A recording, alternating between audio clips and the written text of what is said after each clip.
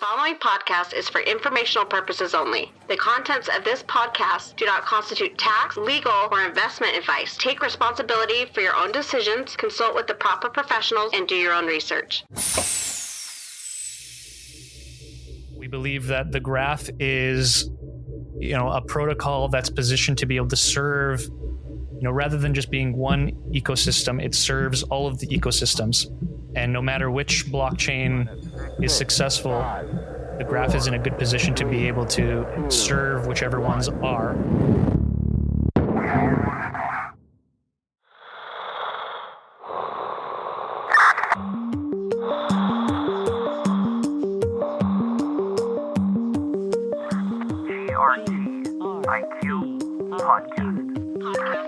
We're like astronauts floating in the space of time. Lost between past and future. Welcome to the GRTIQ podcast. Today I'm speaking with Daniel Keys, co-founder and CEO of Pinax, a core development team contributing to the graph. If you've been following the podcast, you may remember our interview with Matthew Darwin from Pinax last year. Now I'm thrilled to welcome Daniel to the podcast and explore his background and the work of the Pinax team. In our conversation, Daniel shares insights into his early career in broadcast journalism, followed by a decade in the banking industry. We then explore his journey into the world of crypto, his transition to full-time work in Web3, and the genesis of Pinax. Along the way, Daniel provides valuable perspectives on the initiatives being undertaken by the Pinax team, his vision for new data services at the graph, including discussions on Firehose and Substreams and how they fit into that, and the recent blog post on EIP 4844 and blobs. As always, we start the conversation talking about Daniel's educational background. Yeah, happy to talk about that. And if you don't mind, I'll talk a little bit about my informal education as well as my formal education, which I think is probably what you're more looking for. But I think they're both equally important. So my educational background goes back to when I'm a kid.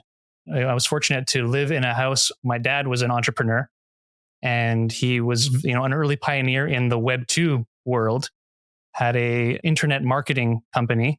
And it really started for me when he brought home our first computer, really early Macintosh, when I was a young kid. And we were probably, one of the very few households at the time who had a computer. And that really captured my attention very early. I was blown away by this thing and what you could do with it, and the power of being able to create stuff out of nothing that other people will actually use and find useful, again, from a very young age. And all the information that we had at our fingertips with a few keystrokes really blew me away. And that was fostered, from the time my dad got me my first book on how to develop HTML and showed me, how to look up the source code of a website. And I started hacking together my own little websites and, creating little, my first company, my first entrepreneurial experience was as a young kid creating a flyer on KidPix for shoveling driveways. And then, later getting a little more sophisticated and building my first website for a little business to scan photos and digitize photos for friends and family. So very early on, kind of getting my small business experience as a child. And, over time, I discovered that, I'm not a strong developer. I don't consider myself a developer now. By the time I was in high school and getting ready to choose what I wanted to do in university, I knew that, okay, I love creating things. I'm not the strongest developer, but I can write pretty well. And I decided to pursue education in journalism. And I applied for Ryerson University in Canada, in Toronto. It's considered the top university for journalism in Canada. And I was very surprised that I got accepted because my grades weren't top notch. I was kind of an average student in school. And this was a really difficult school to get in, but it was, you needed a portfolio, it wasn't just grades that determined whether you got in. So I think I got in on the essay and the portfolio that I put together over the grades. And it was a great, very hands-on program where we learned they trained us from scratch how to write. I remember my first assignment in my first day of journalism school where we had to, they sent us out to go interview 10 people on the street and come back and write an article and submit it by the end of the day. And everybody's assignments came all completely red ink over everything. Basically, they taught us whatever you learned in high school, that's not writing. We're gonna retrain you how to write. So I learned a ton about how to write well. Eventually, I majored in broadcast journalism, so learned how to use a camera and how to book an interview and how to edit and find a story. Yeah, and the reason I got into that was, again, my desire to create something that could make a difference in the world. And I was very passionate about the truth and the stories that were to tell. And I wanted to pursue a career that was, not your typical 9-to-5 desk job. I wanted to kind of have a life of adventure. And I thought that journalism was a good opportunity to be able to create something meaningful while going out and exploring the world and having an adventure. So at this stage in your life, you've got early interest in tech. Your father brought home a computer and started teaching you, and you taught yourself coding. You're also a little bit of an entrepreneur at a young age, for sure. And then you end up pursuing broadcast journalism, at least in your formal education studies. At this stage of your life, what are you envisioning your career to look like? What do you intend to do with that degree? Yeah, so when I got into journalism, I fully intended to pursue a career in journalism. It wasn't long, I followed through with the full, I got my bachelor's of journalism at Ryerson. I completed it. I did an internship at one of the big Canadian broadcast, Global TV. Was working for their morning show briefly. But what I discovered was that it wasn't cut out to what I was looking for. This whole idea of being able to go out and have an adventure and create something meaningful, I was discovering was not so possible, at least not as someone entering the industry and trying to make a living.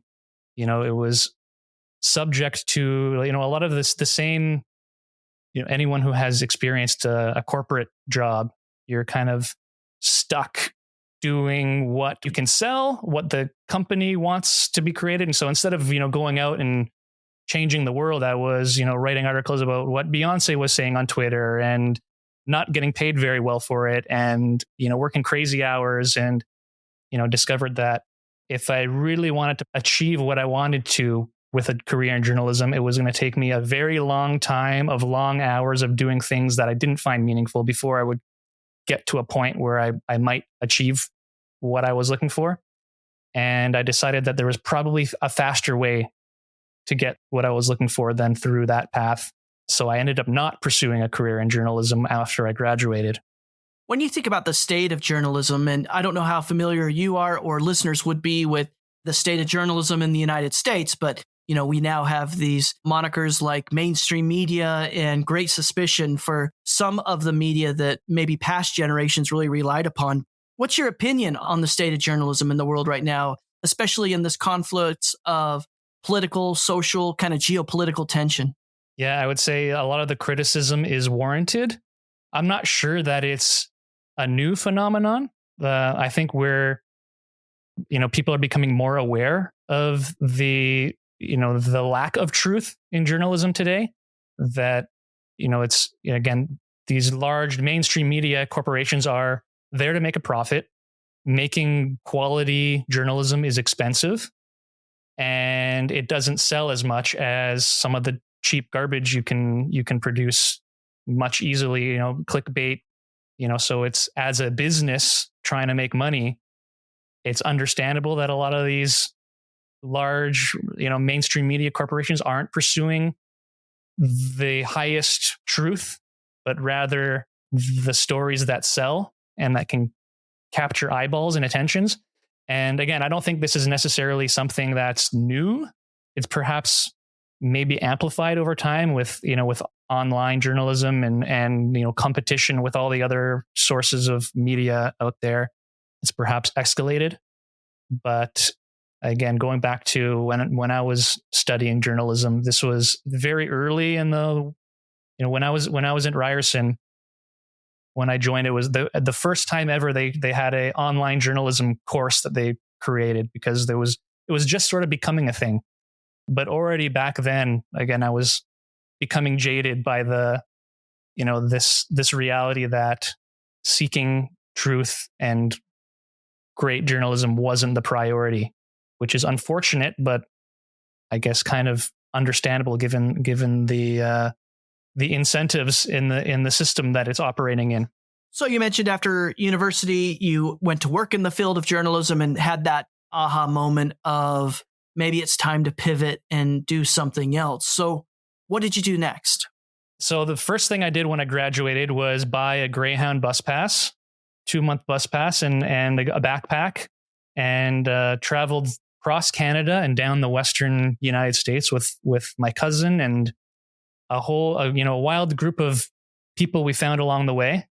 And that was an amazing experience, and spent all my money until, we were literally sleeping in parks and on the beach and, eating rice and tuna from a little cooker we brought, and got back and was like, all right, well, and it was lucky I had a 2-month bus pass because you can just show up at any Greyhound bus station, show your pass, and sleep on the bus and wake up in another town. And that would sometimes be our shelter when we were in too seedy of a neighborhood that we'd want to, sleep under a bridge. And so managed to, have a great time, learn a bunch about the world from that perspective, and got back and just needed a way to make some money. And that's when my career in kind of banking started at the very bottom. I just started applying for some jobs that I found, through some online job postings. And I got a job at GE in the call center doing customer service. And that's kind of how my professional career started, literally, taking calls, people, raising people's credit limits, helping them answer questions about why they got a charge or what their interest rate is, or wait, you mean I have to pay for this thing? I thought that credit card was for free. So that was, a lot of learning about people and customer service, and quickly working my way up through various roles. So I started again in customer service. Turned out I was pretty good at sales. We were selling insurance, credit card insurance at the time. It was so good that they made me the sales coach pretty quickly, revamped the whole sales process for the call center. A little later, Capital One purchased the portfolio that I was working on. And there was a big conversion going on. And so we had to convert all of the systems from GE to Capital One. And it was going to be a ton of work for the call center and retraining all the staff on how to use the new systems and understanding how to apply the processes from the old systems to the new systems. And I was, again, a young, ambitious, I had only been working there for maybe a couple of years by this time. And a lot of the more senior people were doing this for a long, the trainers, for example, really, that sounds like too much work. We're going to bow out. And so they needed someone to train the call center on all this stuff. And so I was like, oh, I'll do it. And I raised my hand and I got the gig. And that's when I started my sort of my more corporate experience started. Got my first experience flying on a private jet. They sent me over to Richmond, where the Capital One head office was to work directly with the engineers there to figure out how do we translate the processes that we're following now onto these new systems and document it all. And yeah, so that's when I started kind of experiencing that. That was a success. We trained the call center. We converted everything over to Capital One, and then my next opportunity that came about was to actually move over to the corporate office, and I started as a project manager working on the Capital One website, helping to manage the process of deploying updates to the Capital One website, working with the tech teams there and the business team, and getting new campaigns out, new products listed on the website, things like that. And then eventually worked up to become a product owner in their digital messaging products. And that was kind of, around, close to a decade I spent over time, all these different roles before I discovered Bitcoin. So we're speaking today, Daniel, because eventually you go on to launch Pinax, and listeners that are acquainted with the graph will know that Pinax is one of the core dev teams working on the graph. Before we get to that story and how you became aware of Bitcoin and interested in crypto, I want to ask you about that time you spent in banking and traditional finance. What did that experience teach you, or what did you learn about business working for such large multinational firms? Well, a lot of what I learned there was there's a analogy that you can apply to what I learned about participating in the legacy system versus Web3, I could say, and that working for a large corporation, I mentioned earlier, a big part of what drove me in my goals in my career was the desire to be able to create something that people would find valuable, that would have an impact on the world. And one of the things I found working at large multinational companies is, some of these companies were doing great things and having an impact on the world. But as an individual working in one of these companies, it's very difficult for the work you're doing to have an impact on the outcomes. There's a lot of red tape, a lot of legal considerations, business considerations, and you can be working on a project for many, many months on something that you think is going to be great with a team of folks for, again, many months, and it just never gets launched, or it's very, way slower than it should be to get it launched. And when you're someone who has, I guess, you're looking to make a difference fast, that can become very demotivating. So I found myself, on one hand, very comfortable. I had a nice paycheck and I didn't have to worry about, it was secure, but I found myself bored and not feeling that I was contributing anything meaningful to the world. And I think that's the way a lot of people feel in, again, for lack of a better word, the legacy system, where maybe you want to make an impact on the direction of your country and you get involved in politics.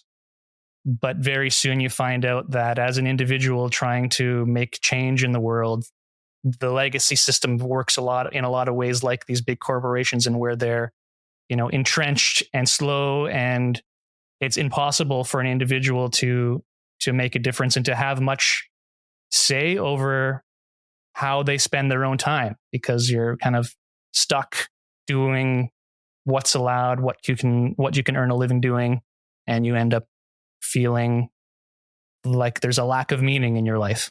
So then let's go back to what you described first encountering Bitcoin. So it was during this period of your life that you become aware of Bitcoin and something sparks your interest. Take us back. What was your introduction and what were some of those first impressions? Yeah. So from a very young age, I had a very strong passion about, the principles of freedom.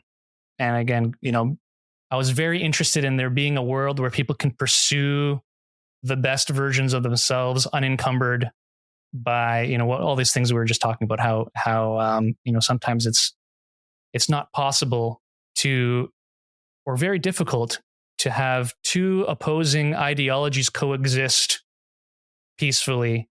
Instead, we have, the best system we have now is democracy, which is, better than anything else, but at the same time can be this sort of tyranny of the masses. And when I did, and I was aware of the issues with central banking, I was following the Austrian School of Economics and things like that. And when I discovered Bitcoin, it was this, for the first time, and again, I've had some experience with politics, both through my time in journalism, reporting on it.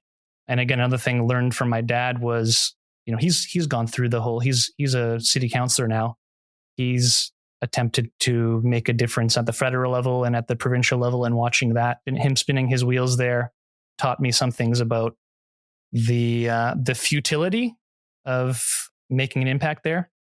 And then when I learned about Bitcoin, it was for the first time I saw a technology that really empowered the individual to be able to make a difference and pursue pursue something that was, again, meaningful to themselves in a way that couldn't be prevented. So Bitcoin was one in terms of the monetary system, a way to preserve your wealth and transfer it without relying on someone to tell you you can or you can't. You know, going back to some of the problems we talked about with journalism and truth, we didn't talk much about social media, but that's sort of tied into that whole thing.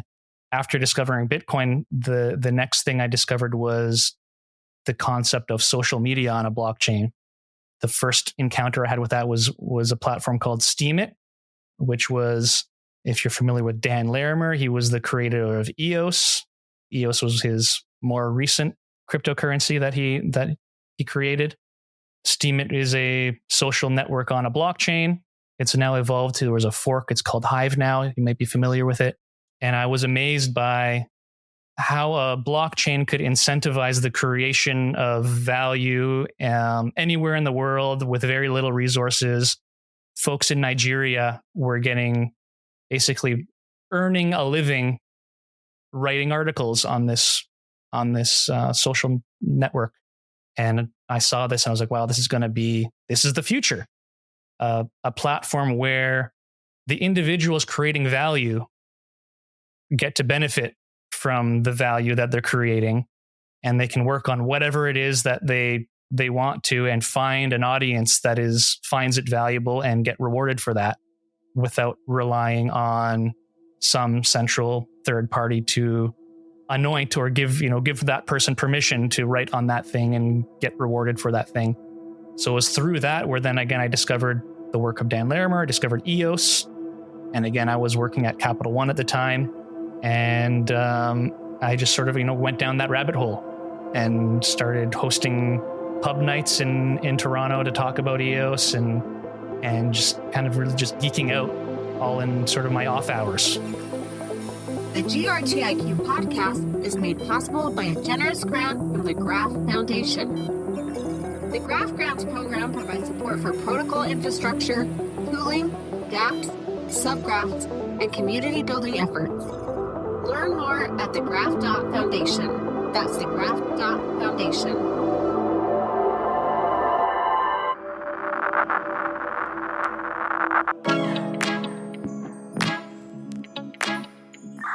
Hi, this is GRTIQ, and thank you for listening. Listeners who enjoy this content can help support the GRTIQ podcast by leaving a review or a 5-star rating wherever they download podcasts, by sharing episodes on social media, or by simply telling a friend or colleague about something they heard or learned from one of our guests. It's support from listeners like you that make it possible for us to keep shining a light on the people and stories behind Web3 and the graph.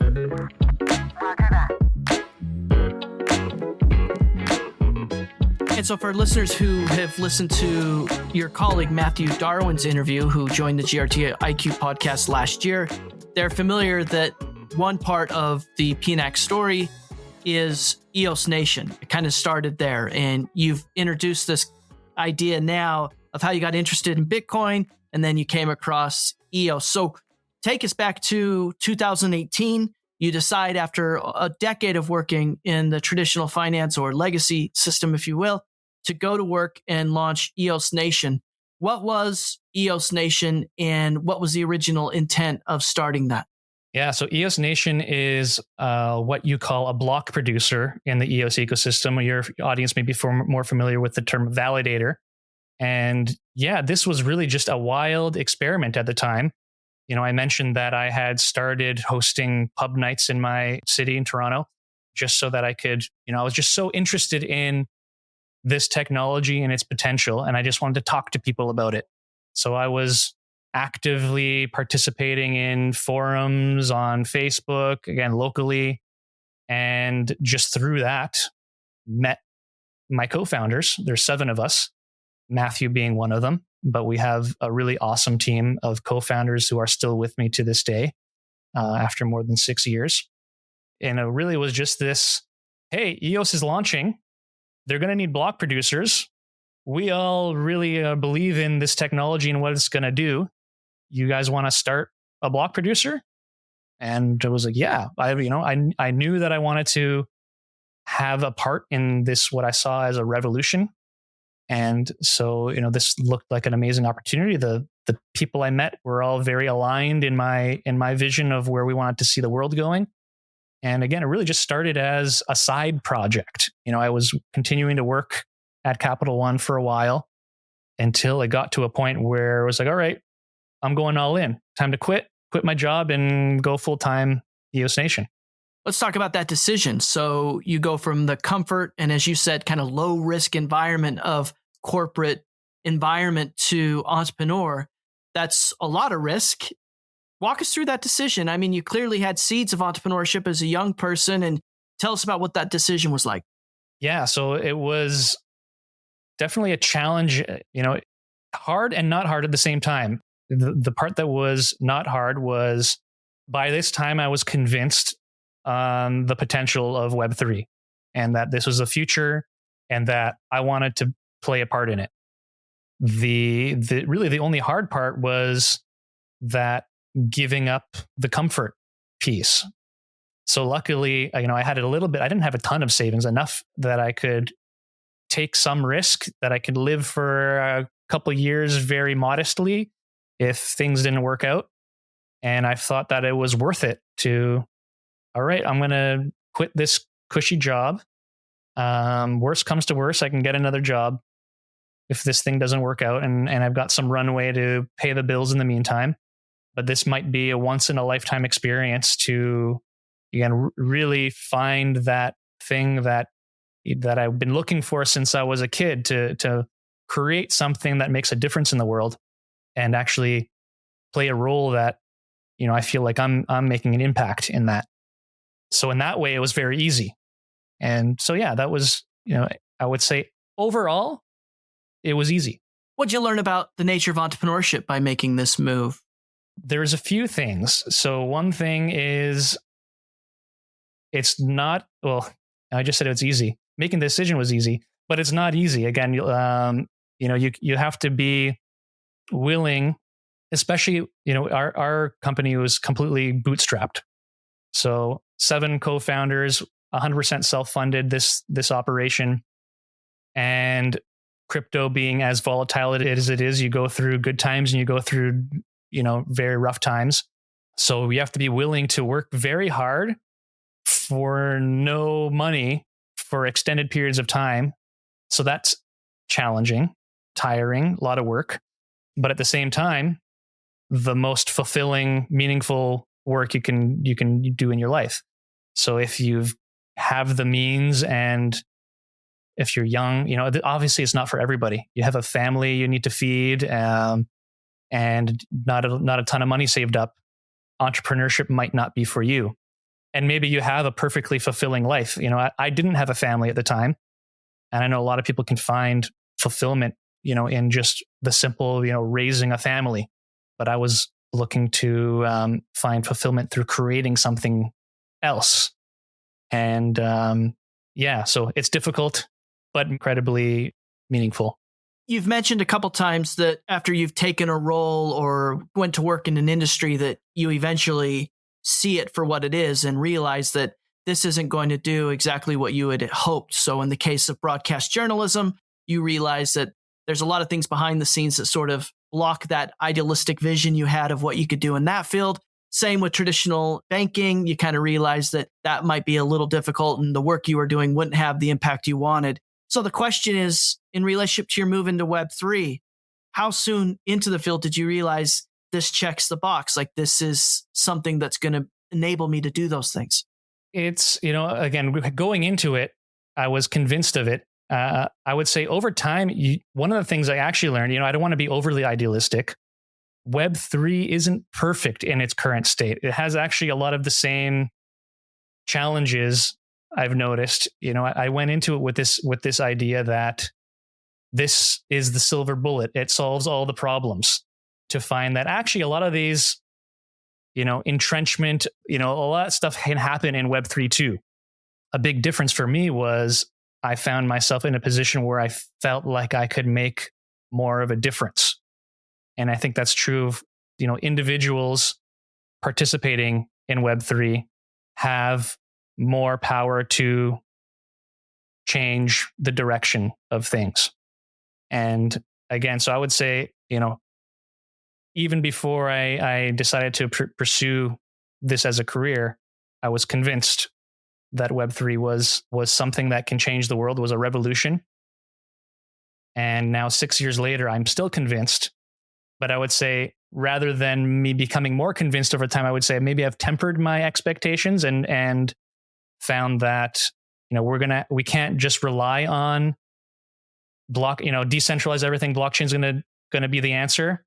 We still need to be diligent as participants in Web3 ecosystem to craft really something that does continue to live up to that promise. As I said, we're going to talk about Pinax in a minute here. We're talking about EOS Nation now, your first entrepreneurial venture.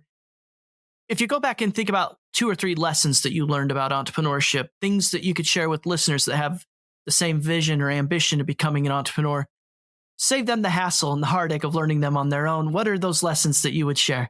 Yeah. So I would say the 2 most important things, at least again, in my experience, I said how hard it can be and how it can be long periods of time of something that you have no idea if it's going to be successful, especially financially. So one of the most important things is whatever you're doing is to be something that you really believe in. Because if you don't believe in that thing, you're going to give up way before you reach that point of being able to find success.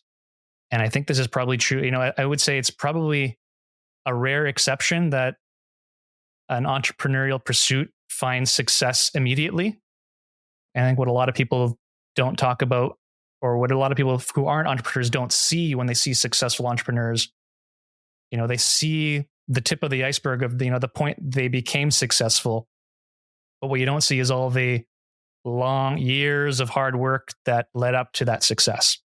So to be able to withstand that long hardship, you need to really believe in what you're doing. And the second thing is you need a team or a support group that can help get you through that. A team that aligns with that vision you're trying to pursue, what you're trying to achieve. Again, in my case, very lucky to have 7 co-founders that were all very much aligned and willing to come along that journey with me. If it wasn't for that, I don't think I would, going back to that decision I had to make to take the leap of faith and quit my cushy job and pursue this. If it wasn't for the fact that I had 7 co-founders kind of there to do this with me, to have my back, I don't think I would have made that decision. If I didn't have, again, these 7 co-founders who in the tough times, we could pool together our resources and withstand some of the hard times. We would, again, times where we would just stop paying ourselves so that we can afford to pay our employees. Not something that I would be able to do by myself, I don't think. And yeah, again, a lot of people, when I tell them 7 co-founders, wow, there must be a lot of conflict there. I've never heard of a company with 7 co-founders. That's crazy. But honestly, it's, I think, maybe one of our biggest strengths. One of the things that got us through some of the toughest times and some of the lowest markets that we got through because we did it together. As I mentioned, you eventually found Pinax, which is launched in May 2022. And I've had the great opportunity of interviewing Matthew Darwin previously. But for listeners that didn't hear that episode, do you mind just bridging the gap of how you went from the work you're doing at EOS Nation and launching Pinax? Yeah, so Pinax is really just an evolution of EOS Nation. You can almost think of it as a rebrand. It's the same team, and it was a bit of a pivot to expand our horizons beyond the EOS ecosystem. So, EOS Nation, it's right in the name, very focused on the EOS ecosystem. And again, we started as validators, but that even within the EOS ecosystem, our role evolved over time. And we were fortunate to, if your audience probably is familiar with String Fast team, their story parallels ours in a lot of ways. They also started in the EOS ecosystem as a block producer called EOS Canada. And we are fortunate to have had the opportunity to work very closely with them in the EOS ecosystem. They had created a technology called Diffuse, which is a blockchain indexing solution which we have a team very strong in operating this kind of technology. We were really the only operators of that technology within the EOS ecosystem. And again, as your audience may be familiar with, Streaming Fast team took that technology, diffuse, and it's now what is known as Firehose and Substreams powering the graph. And our Pinax basically was born out of this realization and opportunity. We needed to branch out beyond the EOS ecosystem with a new entity to support our evolving mission to help support this new Firehose Substream technology for the graph. So when did you first become aware of the graph? Take us back then to when you were introduced to the protocol as an opportunity, as you described there, and what your initial impressions were of the protocol and the problem it was trying to solve. Yeah, so it was, again, really thanks to the Streaming Fast team that it came on my radar. That really got kind of this red carpet laid out in front of us. They blazed the trail by creating this technology and getting the support of the graph ecosystem, that this was going to be a key pillar of the graph. And it was thanks to them that we got invited to participate in the graph. And it started small as, operating the Firehose Substream technology to support it as a data service on the graph. And, through that, we have to obviously start figuring, what is this graph thing? And is this worth our effort? And what we found was, a protocol that, again, I think it was something that was needed for the ecosystem and something that could help solve some of those issues we talked about earlier in the show, around what is truth and who is the arbiter of that. The graph has this potential to be, it's already a staple as a indexing technology, but has the potential to be so much more than that. And the more we learned about it, the more that we saw it was a huge opportunity that we wanted to be a part of, that we wanted to participate in what could potentially be a revolution in how data is organized. Not dissimilar to other stories within the graph ecosystem, Pinax's interest in the graph matures into becoming contributors. You're attending indexer office hours, you spin up your own indexer, and eventually you become core dev team at the graph. What are some of the focuses that Pinax brings to the table, or initiatives that you're focusing on in that role as core dev? Yeah, so there are two big ones. Well, maybe there's three big ones. The first one is in our involvement in the chain integration process. So we are helping to provide infrastructure to enable new blockchains getting integrated as data sources on the graph. So working directly with some of the core teams behind various blockchains, hosting infrastructure required, contributing to the technology, and primarily Firehose Substreams, doing the testing and contributing to the code to make it easier for developers to run in various blockchains. The second key pillar to our contributions, I'd say, would be in helping to bring new data services to the network. So again, started with Firehose Substreams, and again, with our focus on operating that tech stack and how to make it easier for other indexers to be able to operate it, and how to make it easier for developers to leverage that technology by developing things like libraries and examples and things like that, which sort of ties to our third thing is call it educational and promotional content. We do a lot of blog posts, videos, and examples, sample code and things like that we share and open source for others to leverage for their own purposes. I'm sure a lot of listeners have seen that content. I encourage them to follow Pinax after the Matthew Darwin interview. And recently, Pinax launched the Graph Espresso, which is these cool videos on YouTube that, again, I encourage listeners to check out. You can look at the show notes for links to some of that content. When you think about the origins then of your work at EOS Nation, going to work at the Graph, obviously the foundation is in being a validator.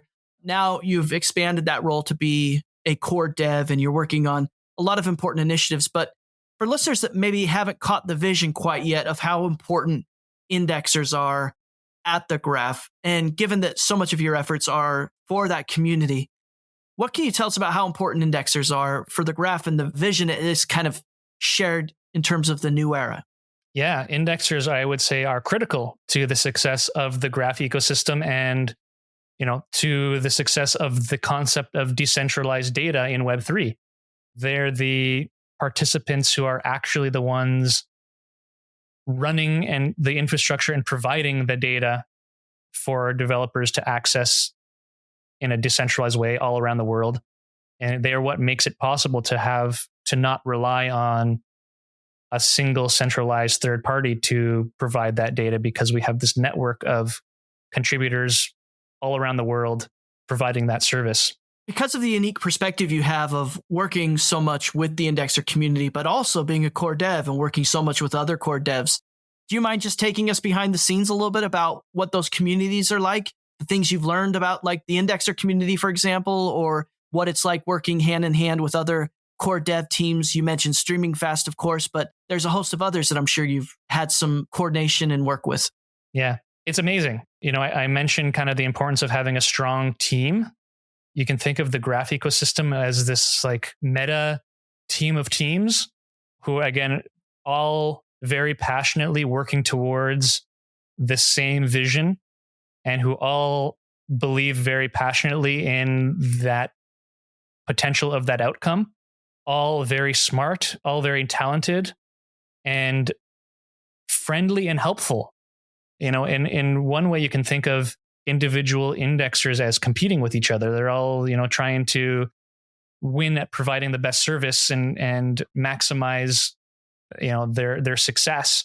We had the same term within the EOS ecosystem called co-opetition, where while you're in one way competing with each other, the incentives in place in the ecosystem make it so that you're all better off if you're helping each other.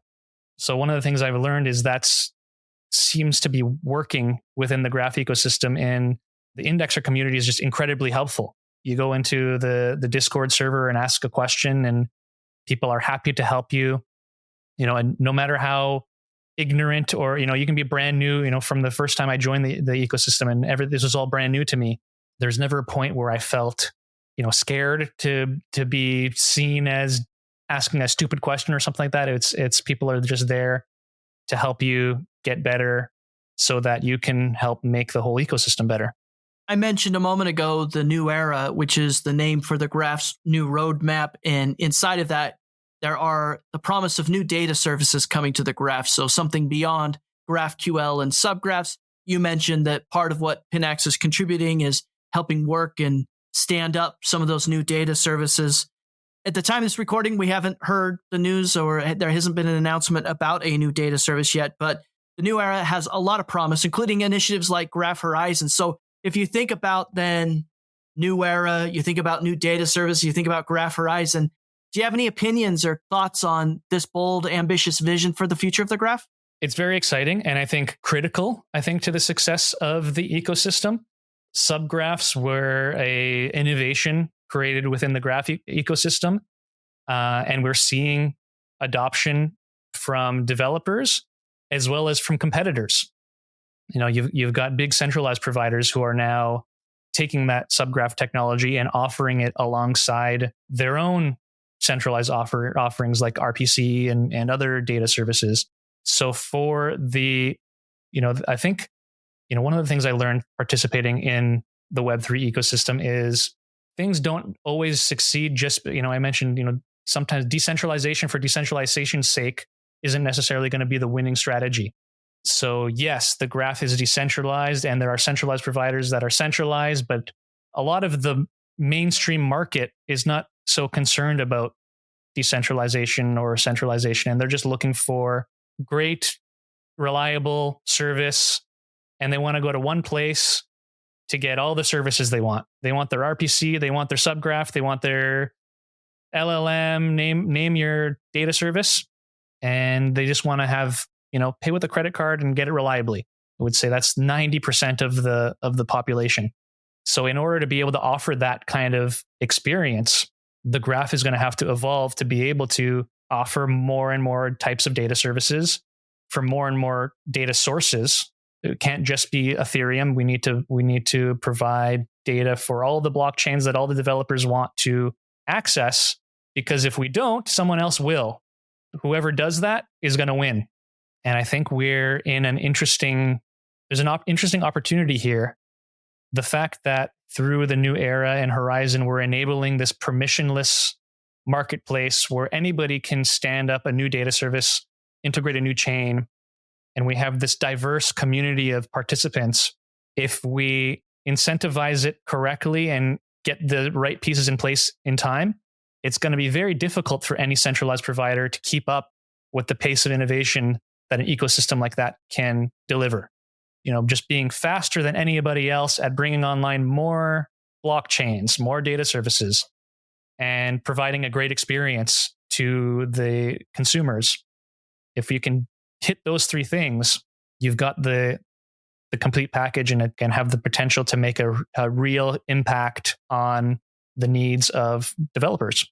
Clearly, the Pinax team is incredibly capable and talented, smart people. So you could probably choose your own future in a lot of ways. And you got started at EOS Nation. Now you're working on the graph. I guess my question is the conviction for the graph and sort of why you've decided to place the proverbial bet on the future of the graph. But how would you explain where that conviction of the team comes from? Yeah, I would say it's a combination of our unique skill set, the opportunities that presented ourselves, and our alignment with the vision and goals of the graph. So, we really believe in the future of Web3. We really believe that the future is going to be multi-chain. We believe that the graph is, a protocol that's positioned to be able to serve, rather than just being one ecosystem, it serves all of the ecosystems. And no matter which blockchain is successful, the graph is in a good position to be able to serve whichever ones are. And, we all feel passionately about the fact that to enable real adoption, we're going to need a way to serve developers, need to make the user experience for developers much easier and more reliable. And we think that the graph is in a position that can be a critical part of that puzzle. Daniel, a lot of listeners will be familiar with Firehose and Substreams. They've been talked about for a very long time, going all the way back to when Streaming Fast joined as a core dev team. And I think listeners might get a little confused when it comes to new data services and what is meant by adding Firehose or Substreams as a new data service, because again, it seems like they've been around forever. So can you kind of clarify that or what's different in a new data service type environment for these two things? Yeah. So today, the only data service you can access natively on the network is a subgraph. And Firehose and Substreams, you might be familiar as a technology that indexers use to help power their subgraphs. You can have a substream powered subgraph, and an indexer to be able to do that would need to either run a Firehose themselves or access, they can use a Pinax Firehose directly from Pinax. But there's no way today as a data consumer of the graph to get access to a Firehose or a Substream or name your data service directly from the graph. So bringing new data services on the graph and making it permissionless to do so means that in the future, in addition to being able to pay query fees with your GRT token to access a subgraph, you'll be able to do the same to access a Firehose directly, either to run your indexer or to build a dApp that leverages just the substream. Or again, name your data service or imagine the data service that hasn't even been penciled into any roadmap yet. The new era and Horizon is going to make it possible for anyone to deploy whatever new data service they imagine and make it part of this graph marketplace. If listeners want to learn more about Pinax and the team and some of the initiatives, and maybe you can mention a few that you're excited about, but what's the best way for them to learn more and stay up to date on some of these things? Yeah, follow us on Twitter or X, if you want to call it that. I'm still having a hard time switching over. So yeah, follow the Pinax network on Twitter. Check out our blog.pinax.network, or just go to pinax.network and you can check out. Yeah, I mentioned we're working on bringing new data services to the graph. in the meantime, as those data services are being, in the early stages, you can access them directly from us. Our Firehose and our Substreams, we've got endpoints that we're hoping to enable indexers, make their jobs easier by providing the infrastructure necessary for running an indexer, or for developers who just want to access a Firehose or a Substream directly. You can find that again at our Pinax.network.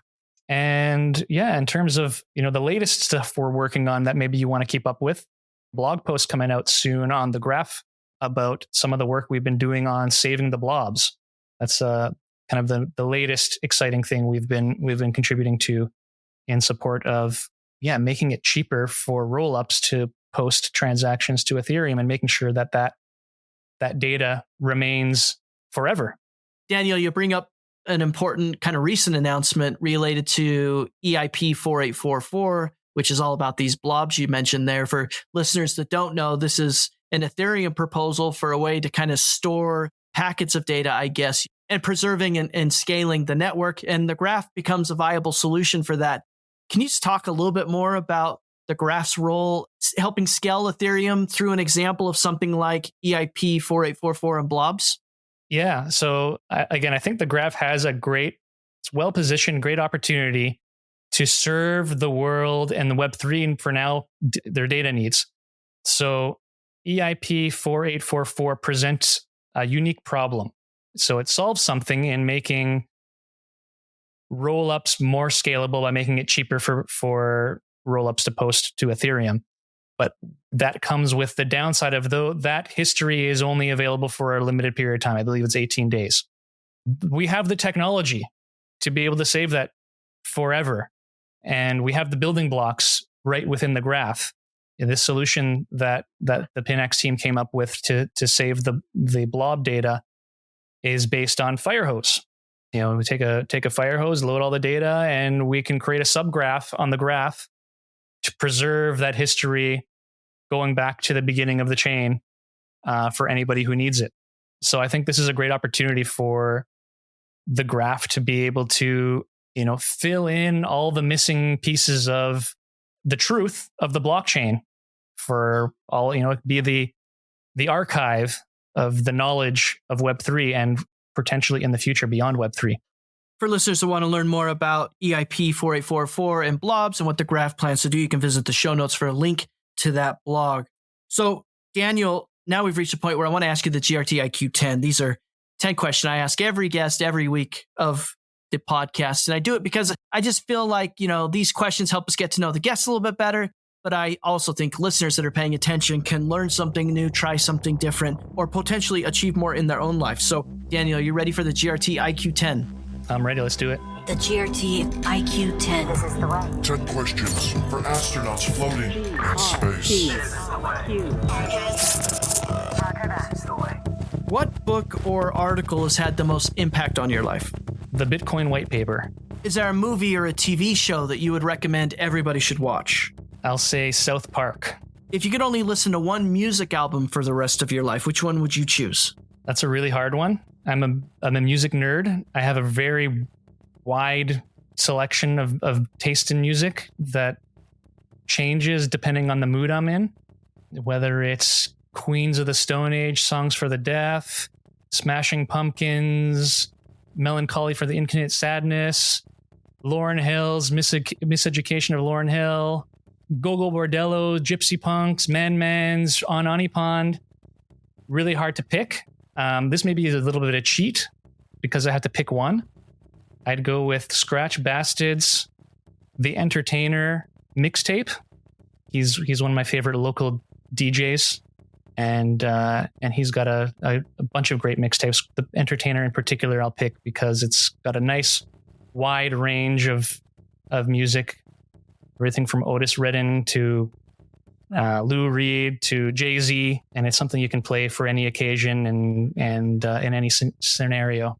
Daniel, what's the best advice someone's ever given to you? Something that my dad told me many times since I've been very young that I find holds true to today is 90% of success is just showing up. What's one thing you've learned in your life that you don't think most other people have learned or know yet? I learned how to walk across a slack line. What's the best life hack you've discovered for yourself? Long walks and plenty of sunlight. And then, Daniel, based on your own life experiences and observations, what's the one habit or characteristic that you think best explains why or how people find success in life? Consistent, sustained effort over a long period of time. And then the final 3 questions of the GRT IQ 10 are complete the sentence type questions. The first one is, the thing that most excites me about Web3 is? Its potential for enabling a world with truth, love, and freedom. And then this one, if you're on X, formerly known as Twitter, you should be following GRT IQ. Thank you for that. And lastly, Daniel, I'm happiest when? I'm happiest when I'm spending time with my loved ones, ideally out in nature with some good music playing on in the background. The GRT IQ 10. And I show you how deep the Podcast. Daniel Keys, thank you so much for taking time to join the GRT IQ podcast. And as I've mentioned, I've had the good fortune of interviewing Matthew Darwin and now you, both members of the Pinax team, doing incredible work at the Graph and making a lot of contributions that a lot of listeners will already recognize. If listeners want to follow you, Daniel, keep in touch with the things you're working on and some of the things you're interested in, what's the best way for them to do it? You can follow me on X, Daniel Keys. I recently got started on Farcaster. I'm not terribly active on there, but who knows? Maybe we'll see. We'll see where that goes. You can find me at Keys there. Those are probably the 2 best places. This has been a production of the GRT IQ podcast. For more information, including detailed show notes, visit grtiq.com/podcast. That's grtiq.com/podcast. Please consider contributing to this project and helping build the community by subscribing and leaving a review. GRT IQ Podcast. Roger that.